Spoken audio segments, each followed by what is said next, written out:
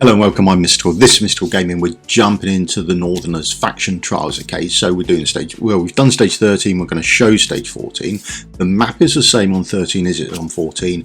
However, there are more mobs and they're slightly got more HP, that sort of stuff, by the time we get onto stage 14. So that's the only real difference, okay? So we're going to cover that now. For full transparency, and we try and remember, I don't remember all the time, my Pantheon is maxed out, okay? So that's the bonuses I've got on top of the heroes I show as well, okay? And their gear, which we'll do at the end. So do bear that in mind. Now, talking of the Pantheon, we want to do this so we can get more Pantheon points or more insignias towards it. And then we can level up our Pantheon a little bit earlier, okay? So stage 13 and 14 are very much the same.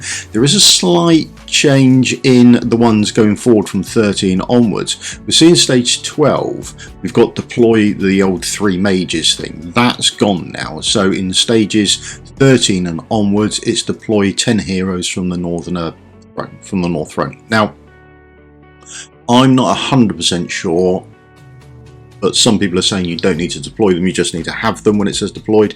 I always put them down because I'm scared that I'm going to miss it and only 2-star it or something, okay? So that's my take on it, but I may well be wrong on that, okay?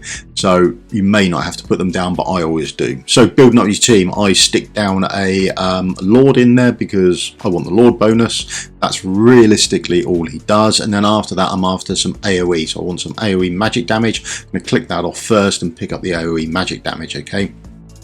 That I want. Again, I'm not after defenders, I'm going for more of a brute force DPS on this, okay? So the next set of AoE, pick that up as well, okay? I'm going for more platform based, okay? So that's my next selection there. Can't go wrong with an eye, and then we're going to slow everyone down, and then if need be we've got a Nox in there as well, okay? Right, so that's essentially that's the plan.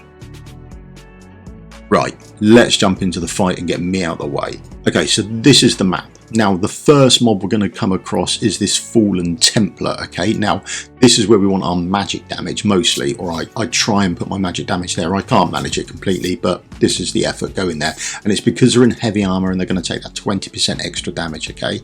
So if you've got someone who's even on damage, then plumb for the magic. Now, the other part they've got, oh, I'm still in the way a bit here, aren't I? There we go, is the Soulburn Shield. Inflicts continuous magic damage on the enemies that block the caster. That's why we haven't gone for any defenders or fighters. We try to avoid those because as soon as we block them, we're going to get this extra damage. When destroyed, the shield deals massive magic damage to all enemies nearby, so we want some nice range on there to kill them as soon as we can while they are away from us, okay? We don't want them near us when they blow up because that is just going to cause us issues, okay? So we can avoid getting healers because we're not going to block them, and we're going to try and kill them before we actually they get to us, okay? So hence why we've got no healers, and also why we've got no defenders. So unlike in stages 12 where we just had Valk doing it, I've had to use a lot more DPS to get these down. So here they come with their shield. I think on stage 13 you just get the 2, on stage 14 you get the 4, okay? You start with them. But Valk is not cutting it anymore. There's a substantial jump from stages 12 to 13 where you first see these mobs, okay? A massive jump with the amount of damage that they can take. Valk is not solo in this, okay? Now at the top we've got Mari's going down there, and we're going to put an eye down there as well. She's going to put down some frost crystals because you've got these crimson oozes coming. Okay, we want to slow those down, and we want to kill those off as well. They started to move at the bottom, that's all fine, we're pretty much dead there, so we can get rid of those. Another freeze, that helps us out and buys us a little more time as well. Okay, right, let's go and have a look at, these are the frozen oozes, or the crimson oozes, sorry. So they're in common armor, so we don't get any bonuses from that. Their defense and their magic resistance are the same, no great shakes there. Again, they've got this burning, so deals continuously deals magic damage to enemies that block them. So as soon as we get our fighters, defenders down there, then we're going to start taking damage off them, okay? So that creates us an issue, but if we're not using fighters, defenders, and we don't need healers because we're not taking any damage, you can go straight up DPS, okay?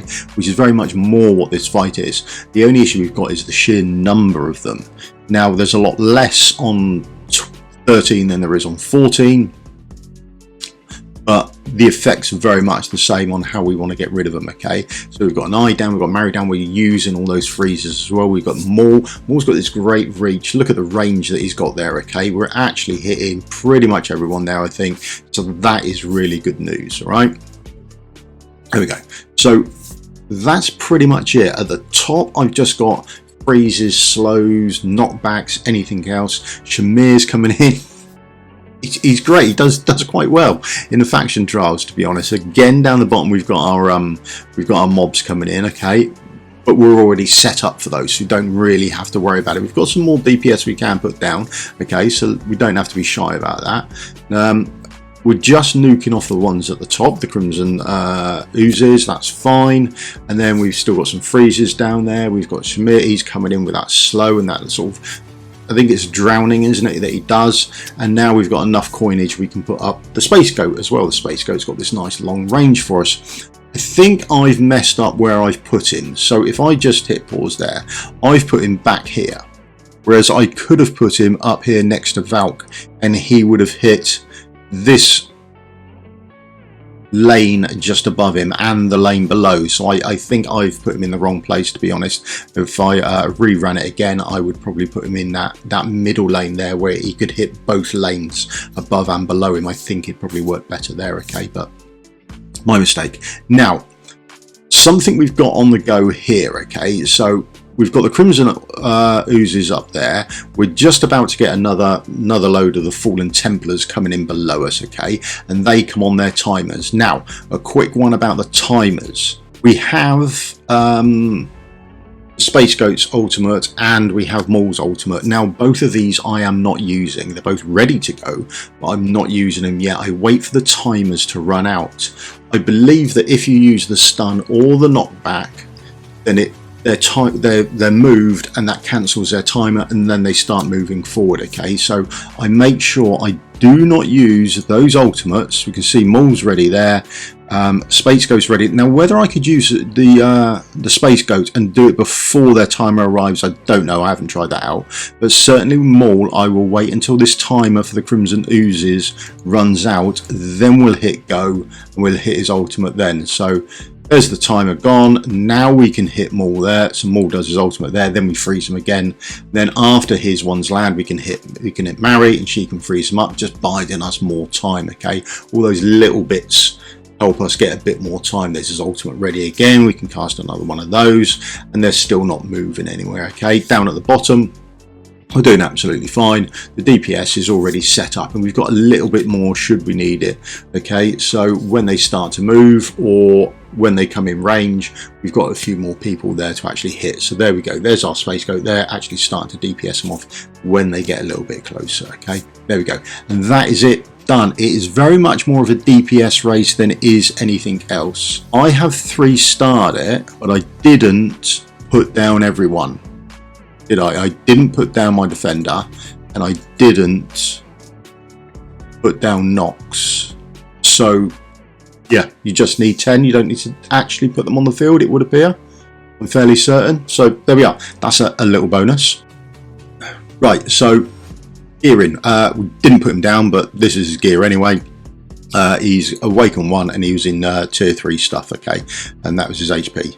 That was his amulet. Okay, Mary just in any old gear really. I should probably sort that out. Her skills are all done as with all epics, and she's fully awakened. And the artifact I went for is I went for the Nightmare because I just wanted coming around as fast as possible. I wanted to freeze those crimson oozes up to stop them moving anywhere more than anything else. Okay. Valk, I don't think I've changed Valk's build in a long time. I've gone Soulbound Arcana because she's there for a while and she's not the only DPS. Remember, if you're after burst, then you might want to put her in Infernal Roar. Okay. Skills are all maxed out. She's got that vulnerability magic damage that she's putting on there for you. She's Awakened 1 and she's in her own exclusive artifact. Next up, if you've got him, it's absolutely fantastic. There's my build for him. Skills are all done. He is well awakened. I've got him out to Awaken in 3. Some reason we keep getting him. I would prefer an Ingrid instead of more copies of him, but there you go. Space Goat, I haven't got him fully skilled up. So his skills are hardly done. I don't really use him that much. Thinking about doing it, I think he's going to become more useful in here. That's a big AoE that he does, and it does a stun on there. I think that's going to be useful. That's the artifact I had lying around, so I chucked it on him. That's realistically it. More, again, just any old random gear that I've got him in. Just what's available at the time. Skills are all done, awakenings are all done. Artifact he's on that, and he'd be fully awakened epics are. Okay. Alia, she's in IR set. Her skills are all done. She's at awakening 2, and that is her artifact there. Okay. I do like an eye. There we go. We've got to go in relatively fast. Okay, so speed up there is at plus 500. So the centerpiece is speed piece. Just about getting those crystals down to slow everyone down more than anything else. Skills and awakenings are all done, and she's got an AoE artifact on. Shamir, I've been pulling loads of them, so mine's at A4 now, but that's the gear he's in. He's in exclusive stuff. Okay, so where's his? There's his bit there, his exclusive gear piece. And like I said, awakening 4, and the artifact is his own exclusive one. Okay, so now he's got a place. I'm starting to use him a bit more. It's quite nice. And then Nox, who we didn't place down either, and we still 3-starred it. So there we go. That's a run through stage 14. Stage 13 is very much the same, okay, as stage 14 is. I hope you found this useful. Please do give me the thumbs up, like, and subscribe. It does help me out massively. And if you could share the video about for anyone else who's struggling, that'd be great as well. We can help each other out. Okay, thank you very much for your time. Cheers. Goodbye.